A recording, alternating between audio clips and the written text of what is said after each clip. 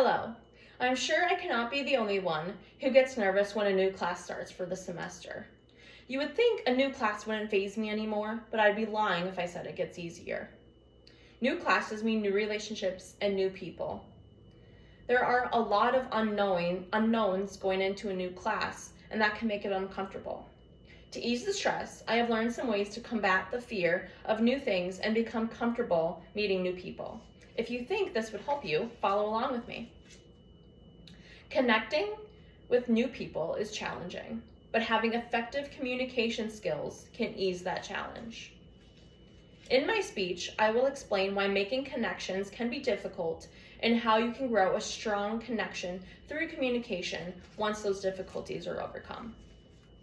The first reason that connections are difficult to make is from the fear of the conversation ending badly, such as awkwardness between the two of you.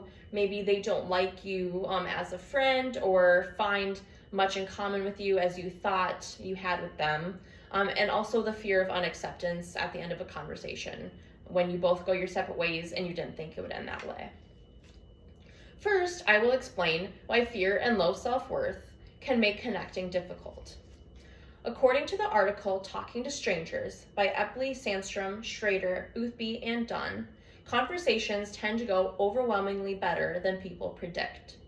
From the same article, Talking to Strangers, by Epley, Sandstrom, Schrader, Uthby, and Dunn, people are more conversationally competent than they expect.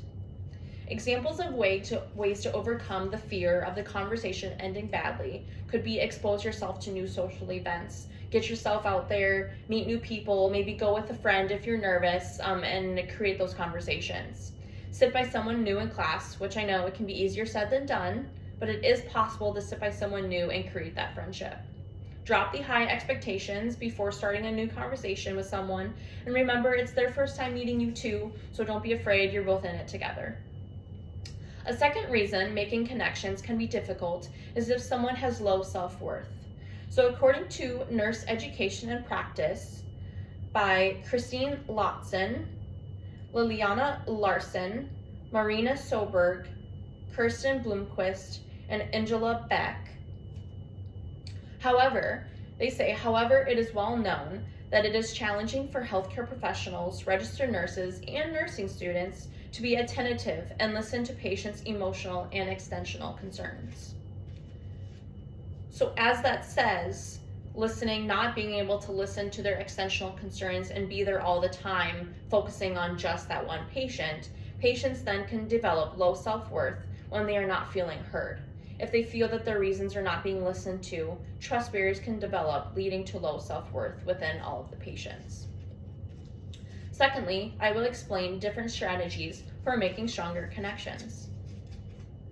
The first way you can grow a strong connection with someone is by putting yourself out there. Starting a new conversation does not have to be scary. Start with introducing yourself, give a compliment, and show them your support. Say, "Hi, my name is," and insert your name, and then maybe give a compliment, something you noticed about them, and that could trigger a long-lasting dialogue of conversation and maybe end in a friendship.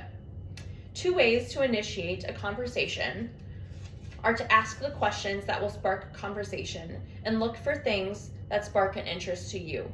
Maybe they were there at the social event and you're wondering why they're there with you. Maybe that can spark conversation within them, and look for the interesting things that within that conversation continuing down the line that would spark an interest. And this leads me to the next conversation of similarities. So the second way you can grow a strong connection with someone is by finding similarities, such as common ground, attention getting. Find the interests, maybe what are they wearing, noticing that they have a pretty shirt on and you want to compliment on that. What have they said to you? Maybe something within that conversation stuck out to you and you want to ask them about it. Mindful listening and remembering, known in the book, talks about thoughtful attention and the ability to recall.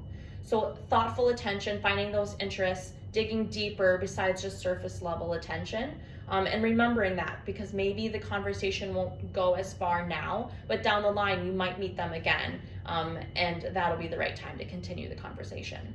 So by listening and paying close attention, a spark and connection can develop.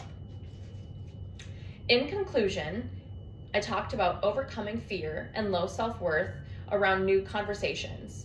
We can all open up to the possibilities of long-lasting friendships and relationships now. We learned it can be hard to put ourselves out there because of any underlying fear that we may have, but with a small slice of direction for what to do when you meet someone new, new conversations do not seem so scary after all. Thank you.